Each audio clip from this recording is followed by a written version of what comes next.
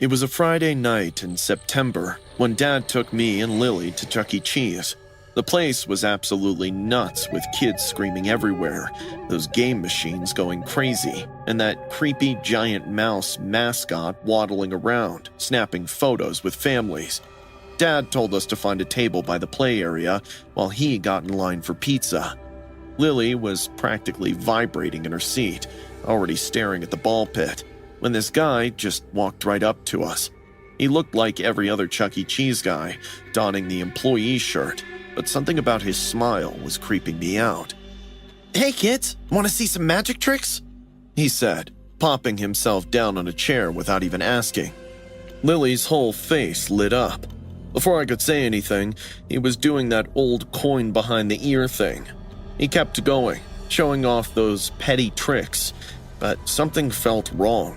His smile never changed, even when he was talking, and he kept looking over at the entrance like he was checking to see if someone was watching.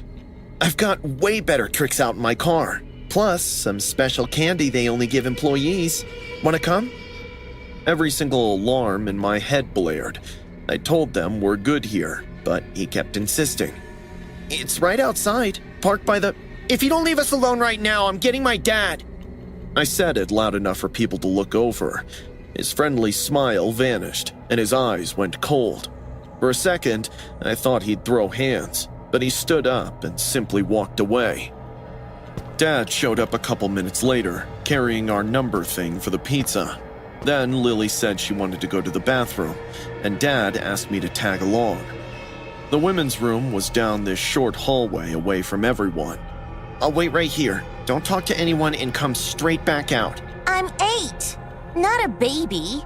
She rolled her eyes and went inside. I leaned against the wall and pulled out my phone. A minute went by, then another. When 5 whole minutes had passed and Lily still didn't show up, I went up and knocked on the door. "Lily?" I knocked again. My heart started pounding. I pushed the door open and nearly froze in terror. That trick guy had Lily's wrist in one hand, while his other hand clamped over her mouth. Lily's eyes were huge and utterly terrified. She was crying badly, but all her screams and sobs were muffled by his big palm. "Hey, let her go!" I screamed and threw myself at him. He was way bigger than me, but all I could see was Lily's wide, terror-filled eyes. I crashed right into him, trying to make him let go of my baby sister. He shoved me, and I went down hard, hit the tile floor, and felt pain shoot through my elbow. I yelped and tried getting on my feet, but couldn't. Suddenly, my eyes fell on his shoes. He was wearing regular sneakers with long laces, and I got an idea. He was too focused on keeping his grip on Lily and the door to notice me grabbing both his shoelaces. I hurriedly tied them together as he kept trying to prevent Lily from escaping. That's when the door opened, and a woman with her daughter walked in. "Help! He's trying to take my sister! Get my dad!" I yelled from the floor. The woman's eyes went huge. Still, she spun around and ran. The guy knew he was screwed. He let go of Lily and tried to run for the back door, but the second he took a step, his tied laces sent him crashing down. He went down so hard his head bounced off the tile. I jumped up and pulled Lily behind me. The man was trying to get up, fumbling with his shoes and swearing. Right then, Dad came bursting through the door with 3 Chuck E. Cheese workers and a security guard right behind him. The guard grabbed the guy before he could get his laces untied. He was fighting back, yelling that this was all a big misunderstanding, that he worked there, but the employees denied ever seeing him in their lives. Turned out he'd stolen that shirt from someone's locker in the back. The cops showed up fast. They took him away in handcuffs while he screamed about his rights. One of the officers talked to me, Lily, and Dad separately. I told her everything that happened. Turns out we weren't the first. The guy had been hitting different Chuck E. Cheese places across the states, doing the same exact thing. "Your son's quick thinking saved his sister's life. That shoelace trick bought just enough time for help to get here. That could have ended a whole lot worse," the officer told Dad. Dad hugged both of us so tight I could barely breathe. He didn't say anything, just held on while his shoulders shook. I realized he was crying. I'd never seen my dad cry before. On the drive home, Lily sat next to me in the back and held my hand. She hadn't let go since we left. Carson, thank you for saving me. Her voice was so small it made my chest hurt. I was really scared, I know, I was scared too. but you still came to help me. Of course I did. You're my little sister. I'd fight anyone for you, even if they're way bigger than me. She put her head on my shoulder. You're the best big brother ever. Dad looked at us in the rearview mirror, and I could still see his eyes were wet. Lily's 9 now, but she still won't go into a public bathroom by herself, and she gets nightmares sometimes about that night. But she also knows that her big brother's always gonna be there to keep her safe. And I would, no matter what, because that's what big brothers do. Protect our little sisters at all costs. I hadn't seen Maddie in almost 3 years when she texted me asking we meet up. We'd been tight in high school until life happened. She suggested Chuck E. Cheese of all places, said it'd be nostalgic. I showed up first and snagged a booth near the back. Maddie walked in maybe 10 minutes later, looking like she'd stepped off a runway with this massive diamond on her finger that kept catching the light every time she moved her hands. We ordered pizza and started catching up, but I noticed pretty quick that the conversation kept looping back to Ricky, her fiancé. Ricky owns 3 car dealerships. We're exchanging vows in June. We're exchanging vows in June. She said, toying with the ring. That's amazing. You must be over the moon. Over the moon? I'm set for life, Vi. Ricky's loaded and loves spoiling me. Something about how she said it rubbed me the wrong way. But are you actually in love with him? I asked. Maddie's smile slipped for just a second. Of course I am. Before I could push back on that, this employee walked past us carrying a tray piled with dirty dishes. Maddie's eyes tracked him, then widened. Jesus. Is that you, Nathan? She called loud enough to make heads turn at tables. The guy stopped walking. I saw his face and immediately remembered him as Nathan, her boyfriend of 2 years during high school, whom Maddie had dumped right around graduation. Hey, Maddie. Nathan smiled softly. Nice seeing you after so long at Chuck E. Cheese. It pays the bills. He shrugged. Of course it does.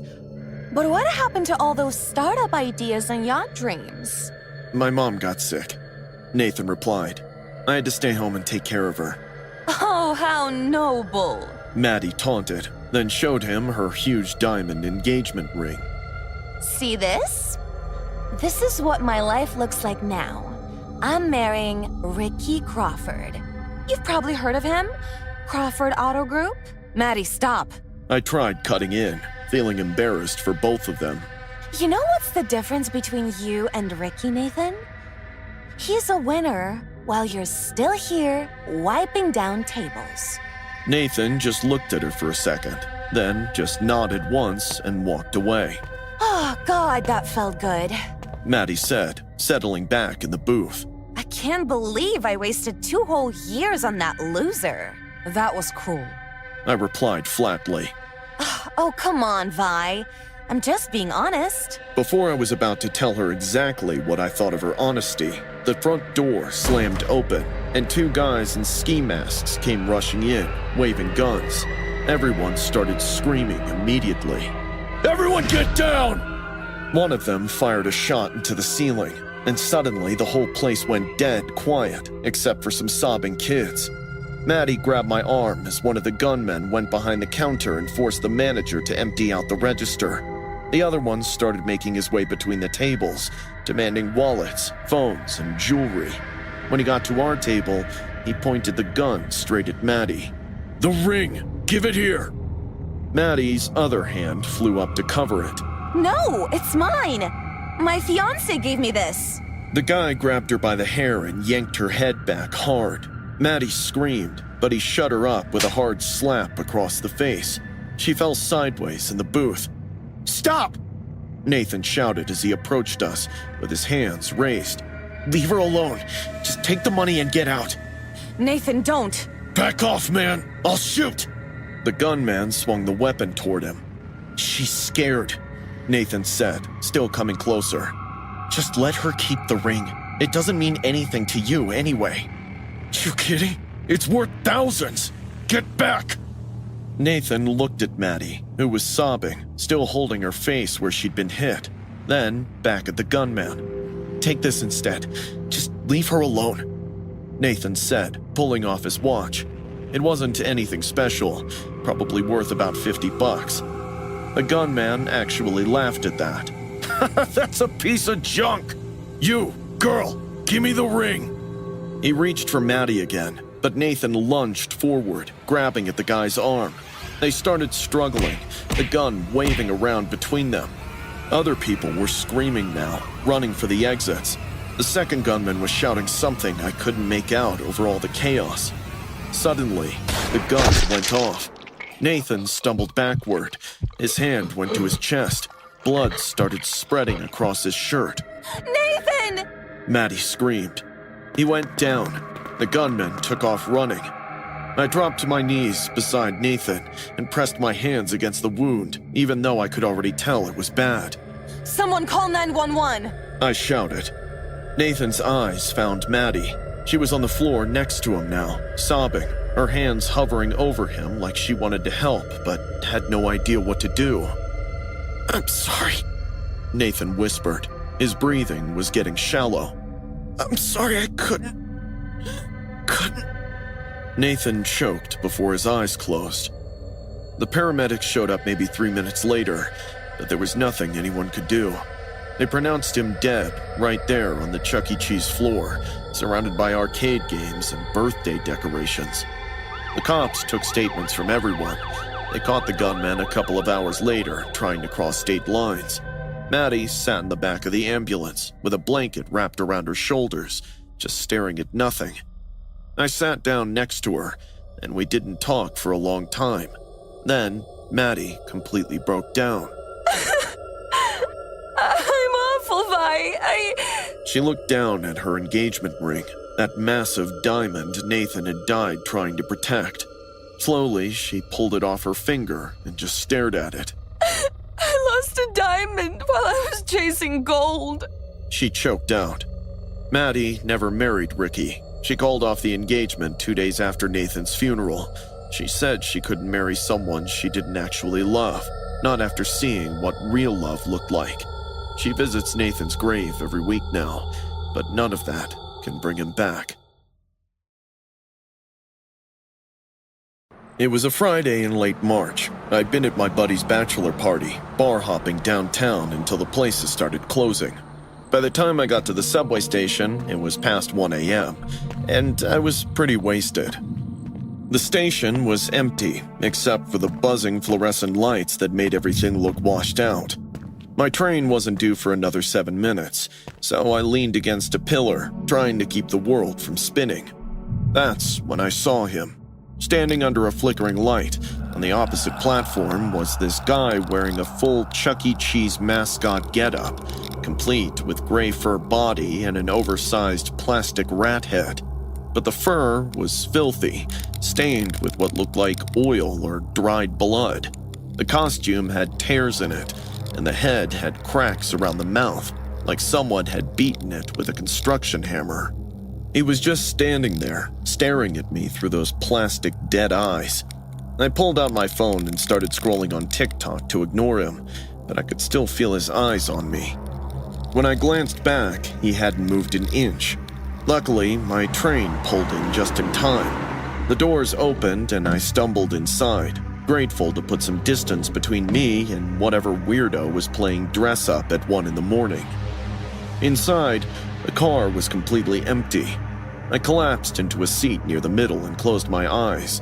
Right then, the doors beeped, and I heard squeaky footsteps shuffling around.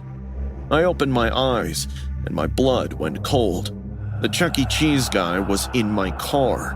When did he cross platforms? I brushed off, thinking he probably changed his mind and eagerly waited for my stop to arrive. Soon, he would walk to a seat and sat down for maybe 3 seconds before standing up and moving to another seat, then another. He was getting closer to where I was sitting. The squeaking of his costume made my heart race. "Hey man, you got a problem?" I called out, suddenly pretty sober. My throat felt parched. Something was very wrong here. I stood up and moved to the other end of the car. Much to my horror, he followed with that awful squeaking. I could hear his heavy and wet breathing, plastic head as he kept hopping from seat to seat, like we were playing some sick game. Finally, he sat down directly across from me, close enough that I could smell the awful mixture of sweat and rot and something chemical that made my eyes water. He tilted his head at an unnatural angle till I heard his neck crack. I could see his real eyes now through the mesh in the mascot's mouth. They were bloodshot and wide, with pupils dilated so large they looked black. "What's your problem, dude?" I yelled, irritated and terrified at the same time. Right then, he reached into the costume's pocket and pulled out a dead rat. He dangled it at my face level for a couple seconds, before he chunked it right at my face. The moment it hit my nose, I lost it. I shirked and jumped. My stomach lurched, and I puked my dinner all over the subway floor. All this while, he just laughed. The sound echoed off the metal walls until it sounded like multiple people were laughing at once. I looked up through tears and saw the next station approaching. The train started slowing down.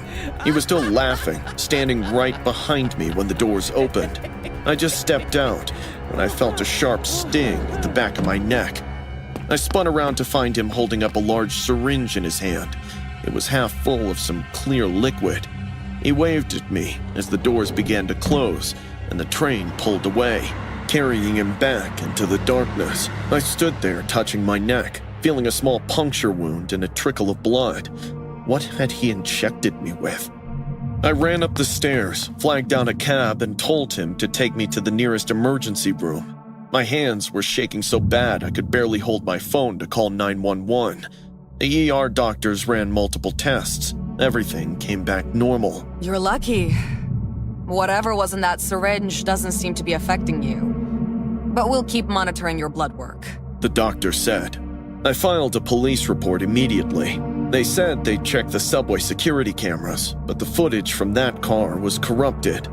I went home thinking I'd dodged a bullet, that whatever that psycho had injected me with was harmless, or maybe the syringe had been empty and he was just trying to scare me. Last week, I was making breakfast, simple omelet with cheddar cheese. The second I opened the bag, my stomach turned. The smell hit me. I barely made it to the sink before I was throwing up. Must be food poisoning, I thought, or the flu. But then it happened again with a slice of pizza, and again with a cheeseburger. Every time I got near cheese, my body violently rejected it. I went back to the doctor. They ran more tests. Everything still came back normal. It might be psychological. Trauma can manifest in strange ways. Your brain might be associating cheese with that incident. But it wasn't just cheese I couldn't be near. Anything that reminded me of Chuck E. Cheese made me sick. The color combination of red and yellow made me nauseous. The sound of arcade games made my hands shake. I couldn't walk past the restaurant without having a panic attack. My therapist calls it PTSD, with a psychosomatic component. My friends think I'm making it up. The police never found the guy. But I know what happened. Someone targeted me that night, followed me onto the train, terrorized me, and injected me with something that changed me in a way doctors can't detect or explain. But the worst part is knowing he's still out there, hunting his next victim.